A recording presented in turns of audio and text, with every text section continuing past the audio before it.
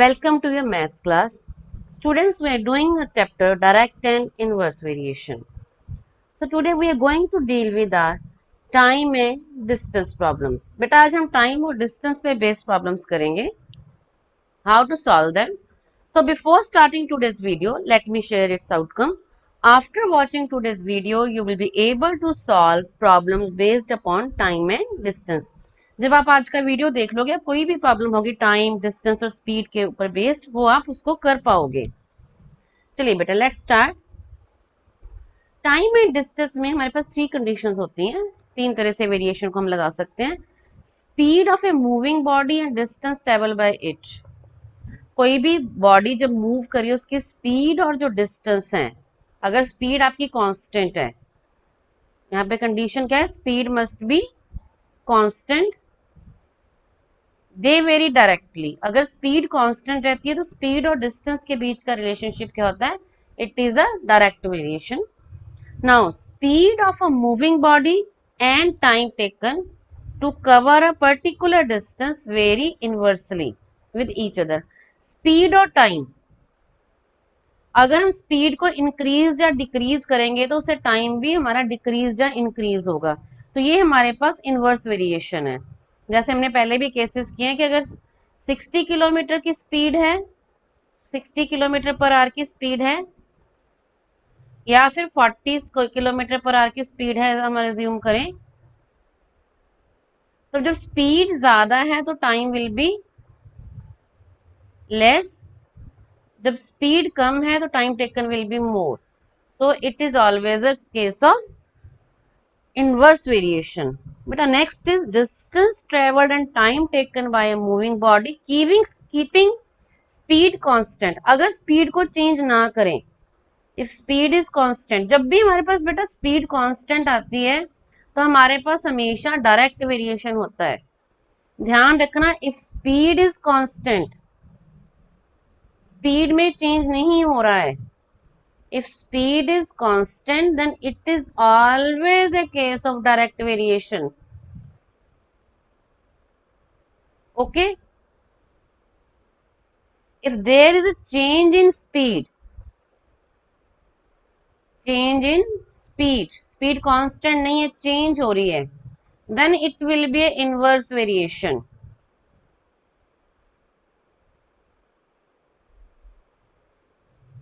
जैसे यहाँ पे केस 1 और 3, इन दोनों केसेस में स्पीड इज कांस्टेंट. ये चीज हमारी कांस्टेंट है, स्पीड इज कांस्टेंट. ठीक है, तो हमारे पास ये कौन सी वेरिएशन है, डायरेक्ट वेरिएशन. लेकिन जहां पे स्पीड वेरी करेगी, एज इन केस 2, इस केस में, तो वो हमारे पास हो जाएगी इनवर्स वेरिएशन. तो ये आप लोगों ने हमेशा अपने माइंड में बेटा रखना. You will keep always it in your mind that if speed is constant then it will be a case of direct variation. If speed is varying, उसमें change आ रहा है, change in speed, then it will be a case of inverse variation. हमारे पास जो some important formulas use है इसमें, ये लिखा speed होता है distance upon time, first formula. Time होती है डिस्टेंस अपॉन स्पीड, डिस्टेंस होता है स्पीड इनटू टाइम. अब आपको 3 फॉर्मूलाज लर्न करने हैं, है ना, तो हमारे लिए थोड़ा डिफिकल्ट है. मैं आपको एक इजी सा मेथड बताने लगी हूँ, देखना जरा एक बार. रिमेंबर, आपने ना ये बेटा ये याद रखना, मैं एक ऐसे पहले कैपिटल Y बना रही हूं, ये D for distance, S for speed and T for time. जब यहाँ पे ये वाला साइन जो हमारे पास ये आ रहा है ना, दिस वन, ये हमारे पास अपॉन का साइन है. ठीक है, मैं थोड़ा कलर चेंज करके बताती हूँ आपको, एक second. Let me change the colour of ink. चलिए, जब यहाँ पे ये चीज, दिस वन, ये हमारा फ्रैक्शन में अपॉन को रिप्रेजेंट करेगा और ये चीज हमारी मल्टीप्लाई रिप्रेजेंट करेगी. अगर मुझे डिस्टेंस निकालना है, डी है, तो डी इज इक्वल टू, आप लिखोगे डिस्टेंस इज इक्वल टू, मैंने क्या कहा, ये मल्टीप्लाई होगा speed into time, S into T. D is equal to S into T means distance is equal to speed into time. अब अगर मुझे स्पीड निकालनी है, दिस वन, तो ये बाकी दोनों बचे, मैंने क्या क्या कहा बीच में, ये फ्रैक्शन मानोगे इसे, तो स्पीड हो गया D by T means distance upon time. अब अगर हम टी की टर्म लेंगे दिस वन, तो उसके लिए क्या कौन सी दो टर्म्स हमारे पास लेफ्ट आउट है, then time will be distance upon T, sorry distance upon speed. तो हमारे पास फॉर्मूला क्या मैंने आपको बताया, जीएसटी तो सबको लर्न है ना, सबको याद है ना, यू ऑल रिमेम्बर जीएसटी। तो हमने क्या फॉर्मूला बनाया यहाँ पे, डीएसटी। हमारा फॉर्मूला क्या आ गया, डीएसटी। ठीक है, D stand for distance, S stand for speed, ठीक है, and T stand for time, distance speed time. फिर से मैं लिख भी देती हूँ, D stand for distance, S is for speed and T is for time. चलिए अब हम दो केसेस करेंगे, हमारे पास मेनली ट्रेन के क्वेश्चंस हैं, ट्रेन एंड डिस्टेंस प्रॉब्लम है हमारे पास जो हमने आज डिस्कस करनी है पर्टिकुलरली। डिस्टेंस बेटा, जब आप कई बार हम ट्रेन हमारी जा रही है, आपने देखा होगा ट्रैक पे ट्रेन जा रही है ना, ऐसे यहाँ पे मान लीजिए इलेक्ट्रिक पोल आ गया कहीं पे भी इस पॉइंट पे ए पे, तो अगर उस ट्रेन ने इलेक्ट्रिक पोल को पास करना है तो वो कितना टाइम लेगी। तो आपने यहाँ पे ध्यान क्या रखना है, जब भी ट्रेन, यहाँ पे देखो ये मैंने electric stationary object, electric pole हो सकता है, ये कोई पर्सन हो सकता है, कोई भी स्टेशनरी ऑब्जेक्ट जो मूव ना करती हो, जिसकी ब्रेड्थ ज्यादा ना हो, मिनिमम सी ब्रेड्थ हो, है ना, ये स्टेशनरी ऑब्जेक्ट है, पॉइंट ऑब्जेक्ट, इसको हम स्टेशनरी पॉइंट ऑब्जेक्ट लेंगे। पोल हो गया इलेक्ट्रिक पोल, कोई और पोल, या कोई मैन है स्टैंडिंग देयर, ये हमारे पास स्टेशनरी, इनको हम पॉइंट ऑब्जेक्ट्स लेंगे। जब कोई ट्रेन किसी पॉइंट ऑब्जेक्ट को पास करेगी तो जो हमने वहां पे डिस्टेंस लेना है वो हमने length of the moving object, और यहाँ पे मूविंग ऑब्जेक्ट कौन सी है, ट्रेन। इस फॉर्मूले में डीएसटी में स्पीड तो हमें ट्रेन की चाहिए, डी क्या लेना है, ध्यान से फिर से देखना, जब कोई ट्रेन स्टेशनरी ऑब्जेक्ट को पास करेगी, जैसे मैंने एग्जांपल बता दी, इलेक्ट्रिक पोल है, कोई मैन है, तो हमारे पास डिस्टेंस ट्रेवल जो डी होगा, जो हमने यहाँ पे डी लेना, वो हमने क्या लेना, length of the moving train, और इस केस में मूविंग ऑब्जेक्ट, और इस केस में मूविंग ऑब्जेक्ट कौन सी, हम ट्रेन की बात करें तो D will be, distance will be length of train, D will be length of train. तो स्टेशनरी ऑब्जेक्ट में डिस्टेंस हमने किसे लेना, लेंथ ऑफ ट्रेन को।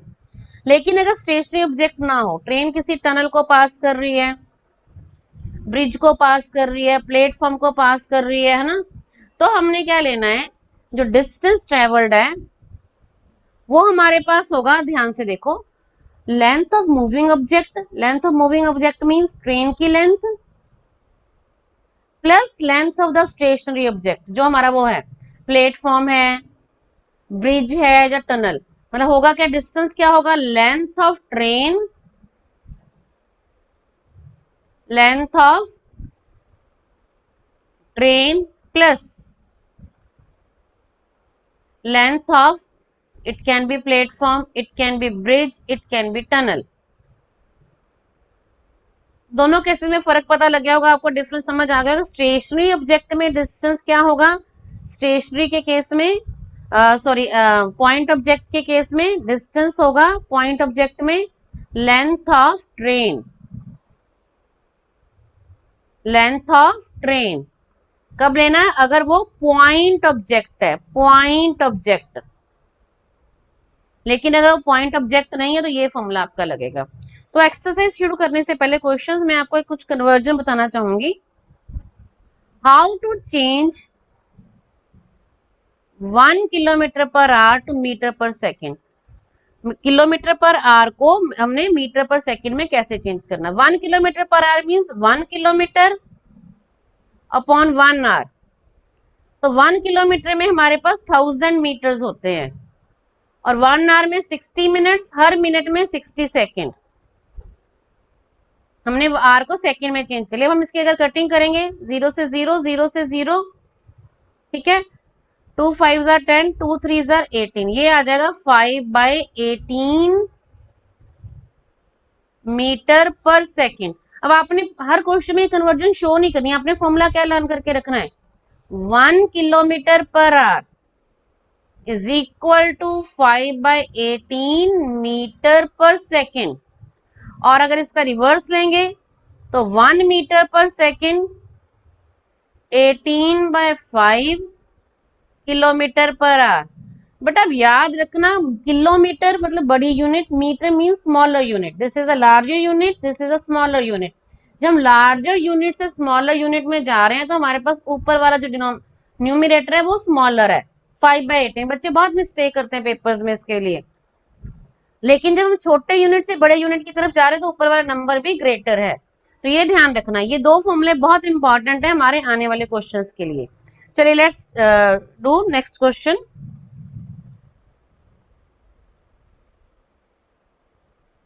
Question number 5 is a train 280 meters long is running at a speed of 42 kilometer per hour. How much time will it take to pass a man standing on a platform? इसको कोई train की length दी हुई है बेटा, सबसे पहले 280 metres और speed दी हुई है 42 kilometre per our.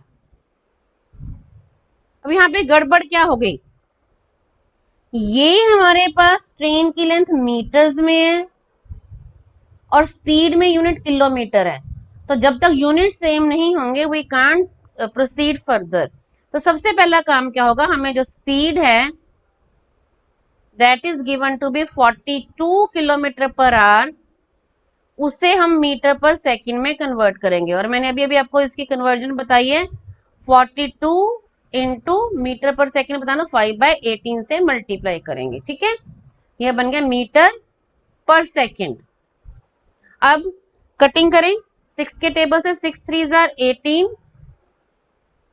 6 7 jar 42, further cutting नहीं हो रही, we will get 35/3 metre per second, ये स्पीड आ गई। अब यहाँ पे उन्होंने पूछा हाउ मच टाइम, हमें टाइम निकालना है ना, will it take to pass a man.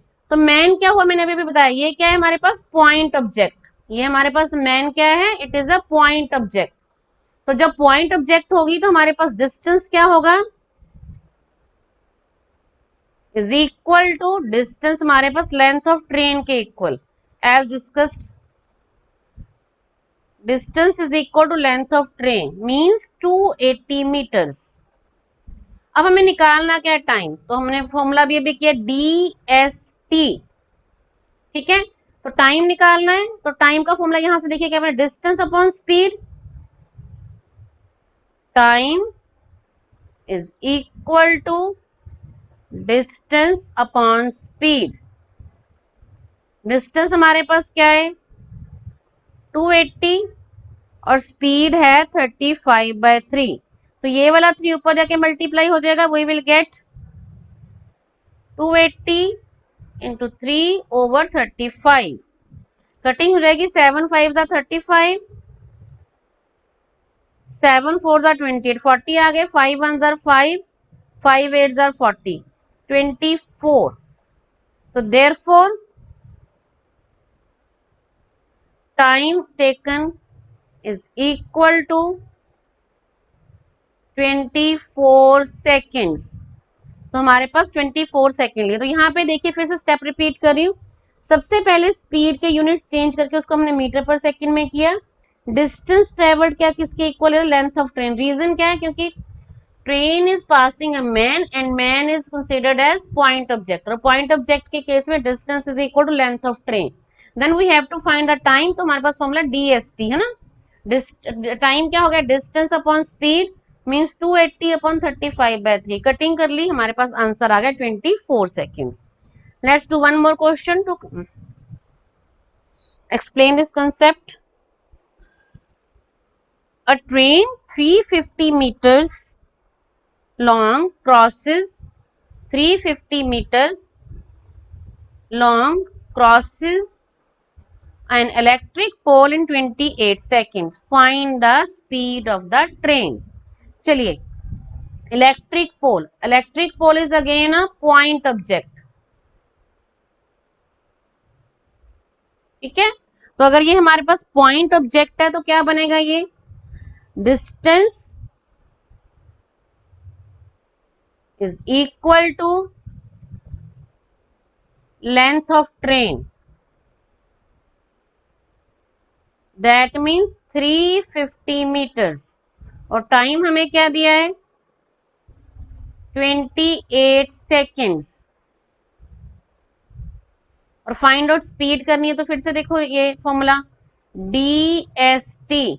Speed यहां से किसके इक्वल आ रही है? Distance upon time. Speed is equal to distance upon time means 350 metre upon 28 seconds.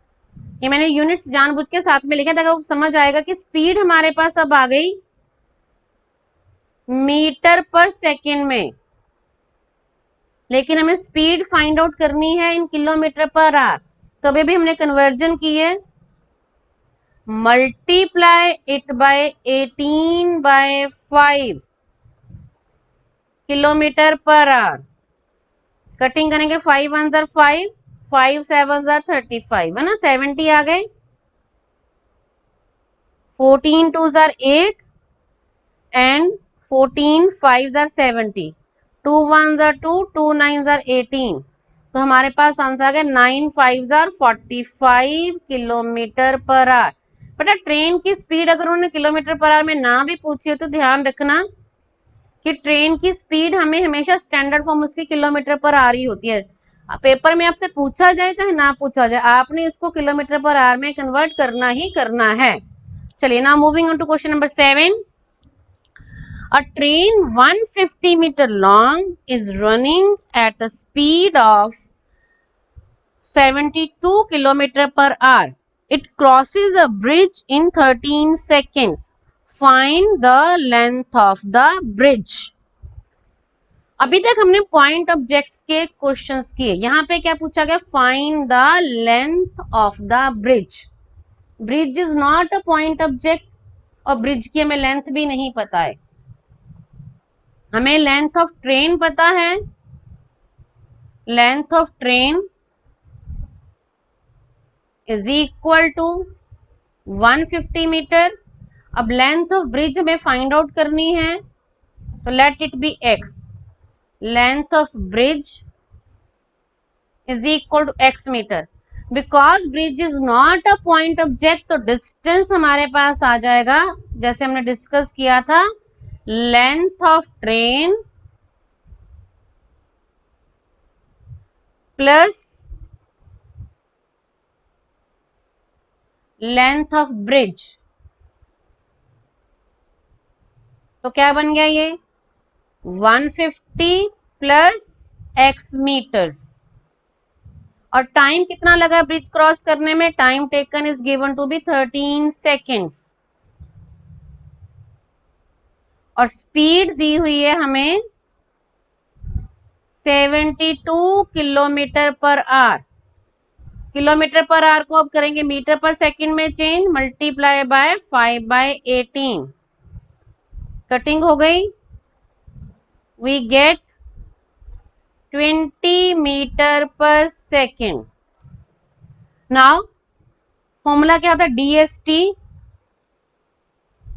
Distance is equal to speed into time. तो डिस्टेंस यहां पे है 150 प्लस x, स्पीड 20 है, टाइम 13 है। तो ये हमारे पास सिंप्लीफाई करके क्या आ जाएगा बेटा? 150 plus x is equal to 260। तो x आ गया 260 माइनस 150, 110 x की वैल्यू आ गई। Therefore length of bridge is equal to 110 metre.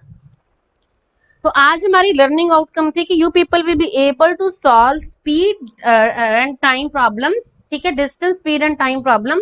मैंने आज 3 प्रॉब्लम्स आपको डिस्कस करके बताई। I hope you will be able to do rest of the questions also and any problem coming to you other than from book. तो आपके लिए आज का होमवर्क क्या है? आप लोग इसी वर्कशीट नंबर 3 के क्वेश्चन नंबर 8, 9 और 10 करोगे।